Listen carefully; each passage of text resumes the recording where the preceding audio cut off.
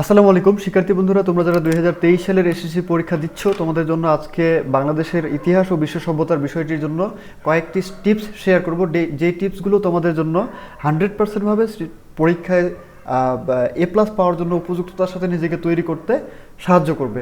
তো শিক্ষার্থী বন্ধুরা, তোমরা এই 2 দিন অর্থাৎ 12 তারিখ এবং 13 তারিখ কীভাবে করে পড়াশোনা করবা এইটা সম্পর্কে টিপস শেয়ার করব এবং প্রশ্নপত্র কেমন তৈরি হবে সেটার ব্যাপারে কিছু কথা বলবো। আচ্ছা শিক্ষার্থী বন্ধুরা, এখানে মূলত আমি একটা কথা বলতে পারি যে বাংলাদেশের ইতিহাস ও বিশ্ব সভ্যতার সাবজেক্টের জন্য বেশ কঠিনভাবেই প্রশ্নপত্রটা তৈরি করার সম্ভাবনা রয়েছে। কী কারণে? যে আমরা গত পূর্বের যে পরীক্ষাগুলো হয়েছে অলরেডি সেগুলোর অ্যানালাইসিস করে বা সেগুলোকে বিশ্লেষণ করলে দেখতে পাবো যে বাংলা দ্বিতীয় পত্র যে প্রশ্নপত্র হয়েছিল এবং বাংলা প্রথম পত্র যে এমসিকিউ প্রশ্নপত্র হয়েছিল সেটা কিন্তু অনেকটা হার্ড ছিল। এবং বাংলা দ্বিতীয় পত্র এমনভাবে প্রশ্নপত্রটা তৈরি করছে এমসিকিউ যে খুব প্রত্যেকটা লাইনের বা প্রত্যেকটা পাঠের মধ্যে খুব ভেতর থেকে প্রশ্নগুলো দিচ্ছে, অর্থাৎ স্টুডেন্টরা অথবা টিচাররা যেই প্রশ্নগুলোকে মার্ক করতেছে যে এই প্রশ্নগুলো আসার সম্ভাবনা রয়েছিল কিন্তু সেগুলোর মধ্য থেকে আসতেছে না, তার মানে খুব সূক্ষ্মভাবে অ্যানালাইসিস করার মাধ্যমে কিন্তু প্রশ্নপত্রগুলো তৈরি করা হচ্ছে। সেই দৃষ্টিকোণ থেকে অনেক স্টুডেন্টের অনেক হার্ডলি মনে হয়।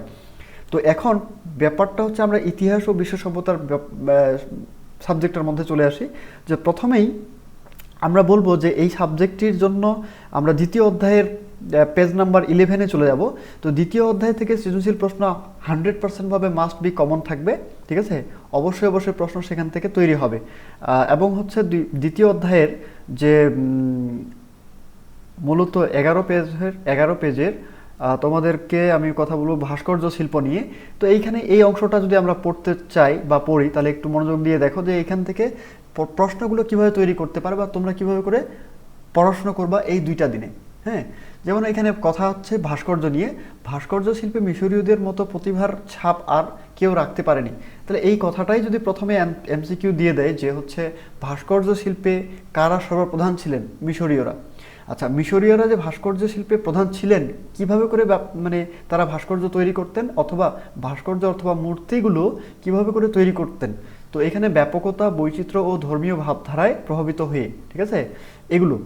তারপরে মনে করো যে এখানে একটা কথা বলা যায় যে ভাস্কর্য শিল্পে তাদের শ্রেষ্ঠত্বের প্রমাণ বহন করেছিল মূলত প্রতিটি ভাস্কর্য কিভাবে করে তৈরি হতো যে ধর্মীয় ভাবধারা এবং আচার অনুষ্ঠান মতাদর্শ দ্বারা প্রভাবিত ছিল। তো এই কথাগুলো কিন্তু খুব সূক্ষ্মভাবে খুঁটে ভালোমতো পড়াশোনা করবা, যাতে করে তোমরা সৃজনশীল প্রশ্নে অবশ্যই তোমরা একটা ভালো একটা পারফরমেন্স তৈরি করতে পারবা। এবং এইভাবে করে তোমরা প্রত্যেকটি লাইন বুঝে পড়বা যতটা মনে রাখা যায়। এই 2টা দিনে তোমরা আগে টেক্সট বুক ফলো করবা, কারণ যে টেক্সট বুক যদি তোমরা ফলো করো তাহলে 100% ভাবে তোমাদের কিন্তু এমসিকিউ সম্পর্কে বিশাল একটা ইনফরমেশন মাথায় থাকবে এবং সৃজনশীলে সেই ইনফরমেশনগুলোকে কাজে লাগাতে পারবা। আর যদি তোমরা গাইডকে ফলো করো তাহলে কিন্তু গাইড থেকে হয়তোবা অতটা আশানুরূপ ফলাফল নাও পেতে পারো। কী কারণে? যে গাইড থেকে কিন্তু প্রশ্নগুলো তৈরি করা হচ্ছে যেগুলো বা যে বিগত সালের প্রশ্নগুলো ছিল এই প্রশ্নগুলোকে বিশ্লেষণ করে কিন্তু প্রশ্নপত্রগুলো এবারকার তৈরি হচ্ছে না, বোর্ড করতেছে না। তো এইখানে মূলত অরিজিনাল টেক্সট বুককেই কিন্তু বেশি প্রাধান্য দেওয়া হচ্ছে, যার কারণে তোমরা টেক্সট বই ভালো করে ফলো করবা। এবং এখানে আমি আরেকটা কথা বলবো যে আমি গত 7 মাস আগে অর্থাৎ তোমাদের টেস্ট পরীক্ষার আগে একটা সাজেশন ভিডিও আপলোড করেছিলাম। বাংলাদেশের 95% স্কুলের এই সাজেশনটি থেকে 100% ভাবে কমন ছিল। অনেকে আমাকে কমেন্ট করে জানিয়েছে, তোমরা সেই ভিডিওটি ফলো করতে পারো, সেই সাজেশনটি।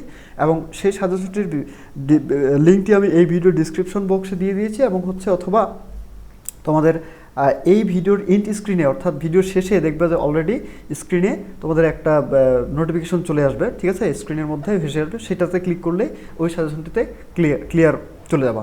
তো ওই সাজেশনে আমি এভাবে আলোচনা করেছি অধ্যায়ভিত্তিকভাবে ওই কোন অধ্যায়গুলো থেকে প্রশ্ন হবার সম্ভাবনা 100%, 99% এবং কোন পার্টগুলো একটা অধ্যায়ের সম্পূর্ণ পার্টগুলো কিন্তু একটা স্টুডেন্টের পড়া নাও সম্ভব হতে পারে।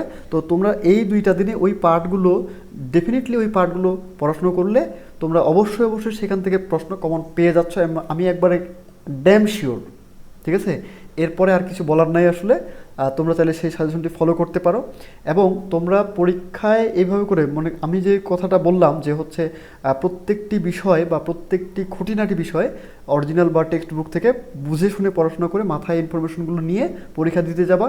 যদি পরীক্ষা খারাপ হয় তাহলেও আমাকে লিখে জানাবা, আর যদি পরীক্ষা ভালো হয় তাহলে অবশ্যই লিখে জানাবা, কমেন্টে লিখে জানাবা আমাকে। তো শিক্ষার্থী বন্ধুরা, আজকে মূলত এটাই ছিল আমাদের ইনফরমেশন। সেটা হচ্ছে যে আমি এই মেসেজটা দেওয়ার জন্য এসেছিলাম মূলত, যে হচ্ছে তোমরা অবশ্যই টেক্সট বুক, আমি 100 বার 1000 বার করে অনুরোধ করে বলবো একটা কথা, যে তোমরা অরিজিনাল বইকে কখনো ছাড়বা না। অরিজিনাল বই থেকে খুব সুন্দরভাবে পড়াশোনা করবা, দেখবা পরীক্ষা ভালো হচ্ছে কিনা। একটা চান্স নিয়ে দেখো, আমার কথা শুনে দেখো কি হচ্ছে। আমি আশাবাদী যে পরীক্ষা তোমাদের ভালো হবে। তো এই ছিল আজকের মূলত আলোচনা। আজকে এ পর্যন্ত। আসসালামু আলাইকুম, ভালো থাকবে।